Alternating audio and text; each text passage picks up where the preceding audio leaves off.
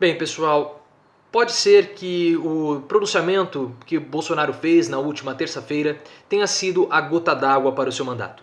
Eu já fiz um comentário falando sobre o pronunciamento, vou deixar o link aqui na descrição, mas brevemente eu falei que aquele pronunciamento foi um pronunciamento desastroso do ponto de vista de liderança, mas pensando nos objetivos de Bolsonaro, que era gerar um confronto, gerar um conflito, causar uma confusão, foi um pronunciamento perfeito, porque Bolsonaro ele quer gerar essa confusão. Mas eu também havia dito que Bolsonaro tinha feito uma aposta muito alta. Ele trucou muito alto com um 2 na mão. E a chance dele perder era muito alta, era uma aposta muito arriscada. Ele está apostando que essa crise vai ser uma crise sanitária, de saúde muito curta, e ele vai conseguir sobreviver até o final dessa crise. Mas como eu falei, é uma aposta muito alta, não sabemos se ele vai sobreviver. E aparentemente, pelo que estão começando a dizer, não vai.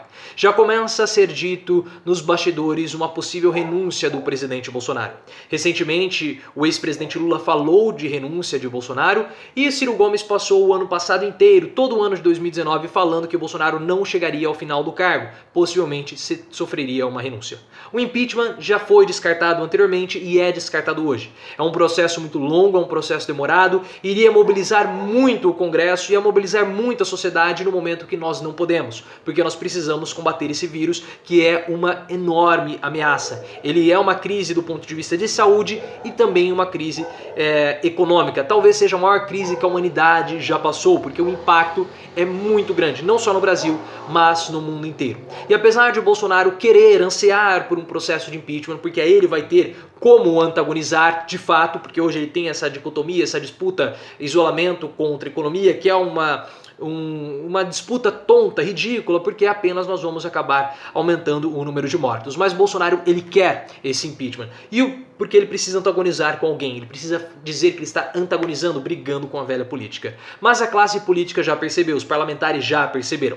Marcelo Freixo, em entrevista para o Sakamoto, disse que não vai haver processo de impeachment. O próprio Rodrigo Maia disse que também não vai haver. Não há um clima político para isso. E mesmo que Bolsonaro tenha hoje apenas 10% de votos no Congresso, não tem como mobilizar a sociedade para uma queda de Bolsonaro via impeachment. Entretanto, há a possibilidade da renúncia. Quem trouxe essa fala da renúncia, quem ligou aos pontos, foi a Maria Cristina Fernandes. A Maria Cristina Fernandes, ela foi editora de política por 15 anos no jornal Valor Econômico, está no Valor Econômico desde a da sua concepção, e também ela foi editora de política da Gazeta Mercantil e subeditora da revista Veja. Ela publicou no seu espaço, na sua coluna do Valor Econômico, o seguinte título: A Carta da Renúncia. A costura de uma renúncia como saída passa pela anistia aos filhos de Bolsonaro. E eu vou explicar os pontos que a Maria Cristina ela fala no texto dela. Esse foi um texto publicado hoje, dia 26, às 5 horas da manhã, e foi atualizado recentemente às 2 horas. Eu estou gravando esse vídeo agora por volta das 7h15, então o texto ele foi atualizado. Mas basicamente o que ela está falando é que Bolsonaro ele está completamente isolado. Aquele discurso do Bolsonaro foi totalmente na contramão de tudo que os elementos políticos, os agentes políticos que não fazem parte do bolsonarismo pregaram. E principalmente, Bolsonaro ele está isolado das Forças Armadas. As Forças Armadas elas já não apoiam mais Bolsonaro como apoiavam anteriormente. O que acaba de vez com qualquer tipo de tese falando em um possível golpe militar. As Forças Armadas elas estão longe de Bolsonaro. Isso porque o exército ele apoia o isolamento. O exército, repetindo, apoia o isolamento. O exército está do lado dos governadores nessa tese. Bolsonaro critica o isolamento, mas o exército é favorável, porque o grande temor do Brasil é quando esse vírus acabar atingindo as camadas menos favorecidas da nossa população.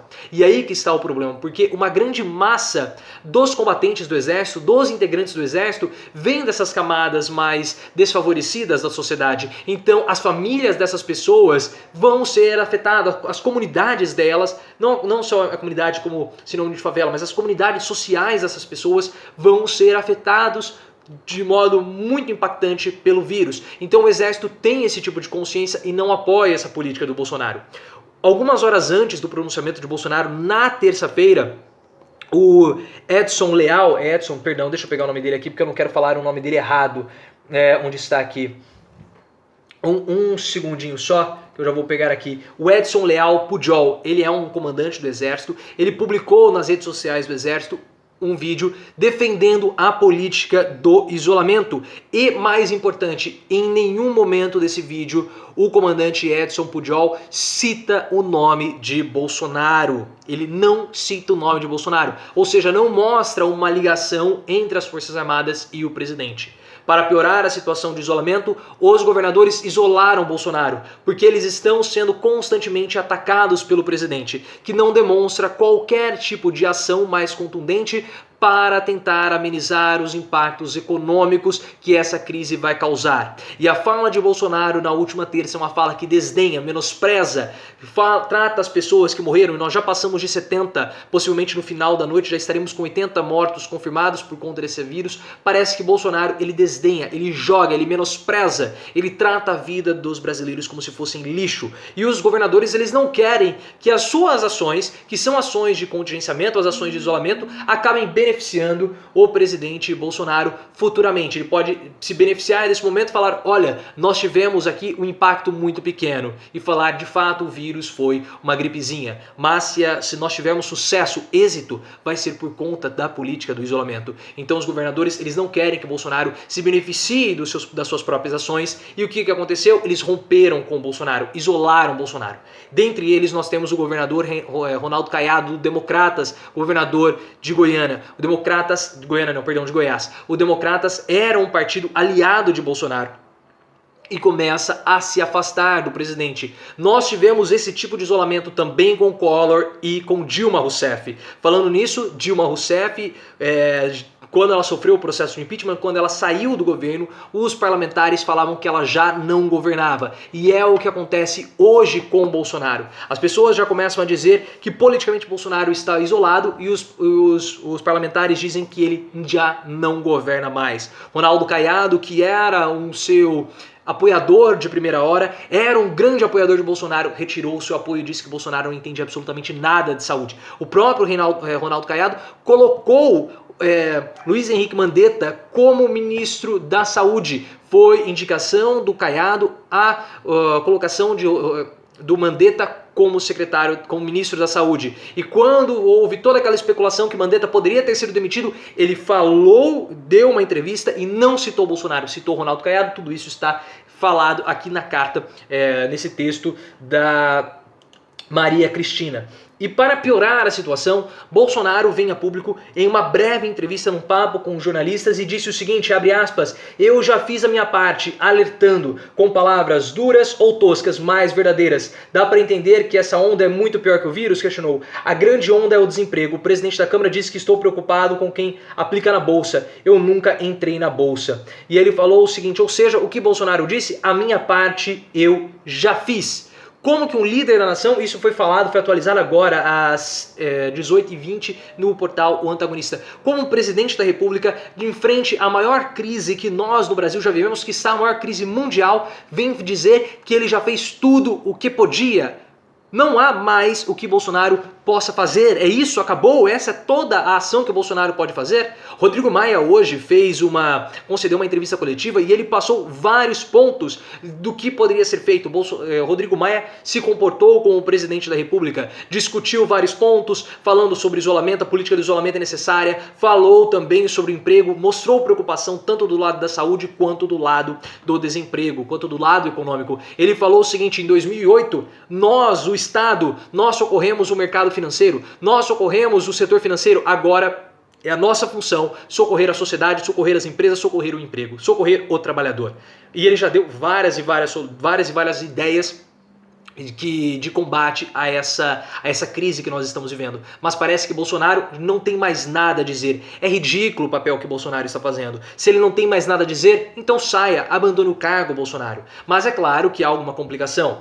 Como que nós podemos convencer Bolsonaro a renunciar? Como que alguém que foi eleito democraticamente com a maioria dos votos e alguém com o ego de Bolsonaro poderia entregar o cargo? Quem poderia convencer Bolsonaro? E esse convencimento a Bolsonaro, como foi dito aqui, pela Maria Cristina, passaria por uma saída estilo Boris Yeltsin. Boris Yeltsin, ele foi presidente da Rússia. Então o que iria acontecer? Passaria por uma anistia dos filhos de Bolsonaro. Você renuncia e nós anistiamos os seus filhos.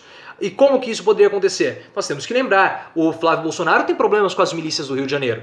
O Flávio Bolsonaro, ele tem o problema do COAF. Será que a Polícia Federal conhece crimes também do Carluxo e do Eduardo? Então, a renúncia de Bolsonaro passaria aqui pela anistia dos filhos de Bolsonaro. E ela termina aqui, falando o seguinte: cogita-se